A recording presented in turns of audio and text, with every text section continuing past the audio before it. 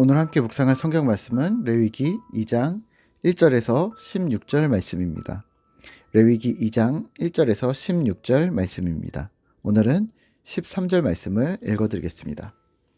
내 모든 소재물에 소금을 치라. 내 하나님의 언약의 소금을 내 소재에 빼지 못할지니 내 모든 예물에 소금을 드릴지니라.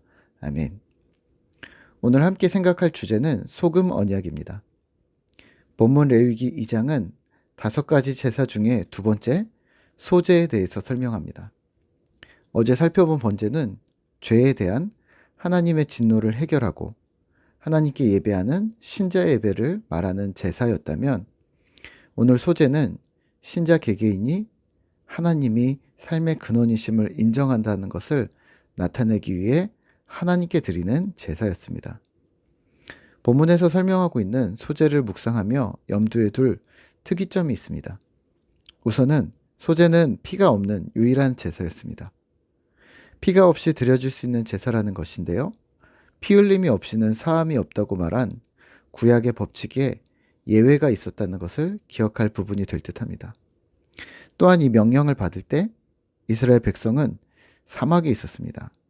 광야에 있었는데요. 이 광야에서는 곡식이 자랄 수 없었고 곡물의 비용이 상당했을 것으로 추정되는데요. 그렇다면 가나안 땅에 이를 때까지 이스라엘 민족은 소제를 드리기가 불가능하거나 대단히 어려웠을 것입니다. 물론 유목민에서 농경으로 환경이 바뀌었을 때에는 소제의 사회적인 위치가 변했을지도 모릅니다. 왜냐하면 부유한 자나 특별한 자만 드렸을 이 소제가 농경으로 바뀌면서 소작농이나 가난한 자들이 드릴 수 있는 제사로 바뀌었을지도 모릅니다. 하지만 분명한 것은 그 의미는 변하지 않았을 것입니다. 소제는 한마디로 주님께 대한 자신의 헌신을 표현하는 제사였고, 예배자 본인의 하나님에 대한 헌신과 감사를 상징적으로 드러내는 제사였던 것이죠. 오늘 소제 역시 하나님 앞에 드리는 제사라는 측면에서 동일합니다. 1절입니다. 누구든지 소제의 예물을 여호와께 드리려거든 고운 가루로 예물을 삼아 그 위에 기름을 붓고 또 그 위에 유향을 놓아. 2절 하반절입니다. 기념물로 제단 위에서 불사를 지니 이는 화제라. 여호와께 향기로운 냄새니라. 아멘. 고운 가루와 기름으로 제사를 드립니다. 하지만 온전히 싹 다 태워버리는 번제와는 달리 소제는 상징물, 그러니까 가져간 제물의 얼마를 기념물, 상징으로 불사릅니다. 예를 들어 쌀 40kg 한 포대를 가져갔다면 그 중에 한 대 혹은 1kg 정도를 기념물로 상정하여 태웠고, 나머지는 제사장 아론과 그의 자손에게로 구별하여 나누었던 것이죠. 본문에서 쓰였던 거룩이라는 단어는 따로 구별했다라는 의미로 이해하시면 될 듯합니다. 소제를 드리는 특별한 방법들이 있습니다.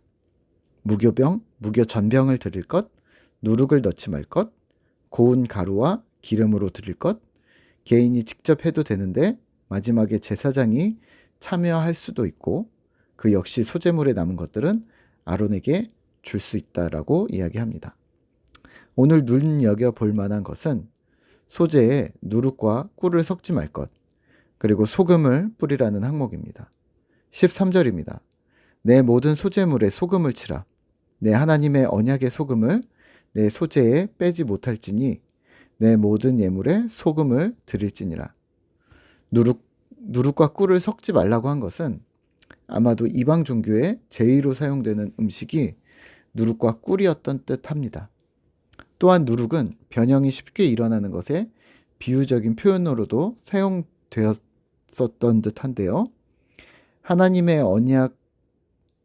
앞에서의 언약이라는 측면에서 누룩은 신약에서는 가루 서말에 넣은 누룩의 의미와는 다른 의미의 누룩이었겠죠.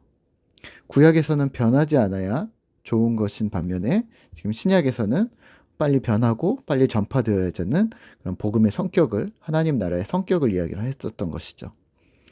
오늘 본문 13절에서는 소금을 뿌리라고 합니다. 왜 소금일까요? 또 구약의 다른 부분, 민수기 18장 19절과 역대하 13장 5절에서는 소금 언약을 언급하는데요. 소금은 이 당시에 어떤 의미로 사용되었던 것일까요? 소금은 보존하고 정화하는 기능을 예로부터 했습니다. 그래서 소금은 당시 고대 근동의 다른 언약에서도 상징적으로 사용되었었는데요.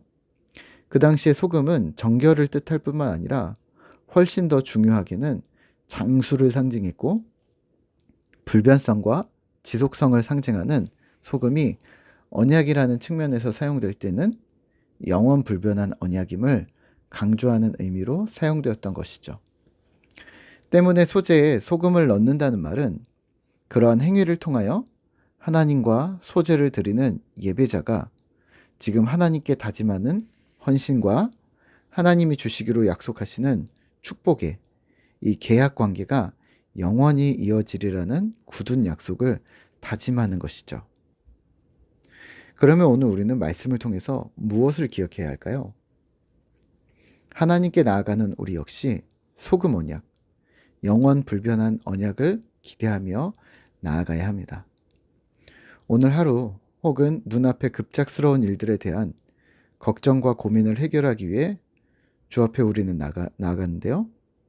우리의 또 내 삶의 일희일비를 위해 하나님 앞에 나아가는지, 그 언약들이 영원한 언약인지 사실 근시 아닌 우리에게는 잘 와닿지 않습니다. 하지만 우리의 지금의 언약이 하나님의 영원하신 보증과 나의 영원한 다짐들이 곁들여져 있다면요. 매우 의미 있고 매우 중요한 사실이 될 것입니다. 또 우리의 기도 제목 또한 우리가 문제라고 생각되는 것들 또한 바뀌어질 것이 분명합니다. 단적으로 이렇게 생각하시면 됩니다. 오늘 드린 예배 때 내가 드린 결단, 헌신을 하나님은 영원히 기억하신다. 오늘 이 아침에 드린 결단의 기도를 하나님께서 영원히 기억하신다. 또 주께서 주신 은혜가 영원 전부터 내게 주어진 은혜였다 라고 생각하시면 어떨까요? 오늘 우리는 무엇을 해야 할까요? 소재는 하나님께 헌신을 다짐하는 예배입니다. 다른 제사들이 죄의 용서, 하나님의 진노를 해결하는 제사라면 소재는 사랑의 마음을 담아 주께 특별한 마음을 결심하는 제사라고 보셔도 무방합니다.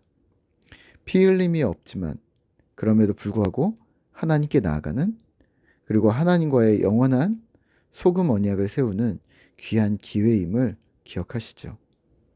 오늘 하루도 그 영원한 언약을 세우시면 될 듯합니다. 특별한 형식이 필요하지 않습니다. 우리 개인의 예배 가운데 또 이 아침에 주님과 한 가지씩 그 언약을, 사랑을 세워나가시죠. 오늘도 주님 은혜가 가득하기를 소망합니다. 함께 기도하겠습니다. 하나님 감사합니다. 우리에게 영원한 불변하는 소금 언약을 우리와 맺어주신 주님 감사합니다. 오늘 주님 앞에 사랑을 헌신하고 주님 앞에 우리가 더 나아가기로 결단을 헌신하는 그러한 주의 백성들 앞에 하나님, 이 언약들은 영원히 불변하지 않으며 주님께서 영원히 기억하신다라고 말씀하십니다. 오늘 우리도 주님 앞에 잠깐 임기응변으로 고백을 하거나 잠깐 주님 앞에 나오는 것이 아니라 영원한 주님과 우리가 영원히 언약을 맺는 그러한 귀한 일들임을 우리가 잊지 아니하도록 주님 도와주시고 매 순간순간마다 하루하루마다 우리가 주님 앞에 믿음으로 살아가는 주의 백성들이 되어지도록 주님 도와주시옵소서. 오늘 하루도 주께서 우리의 주인 되시며 또 영원까지 우리를 지켜주실 줄 믿으며 감사드리며 예수님의 이름으로 기도드립니다. 아멘.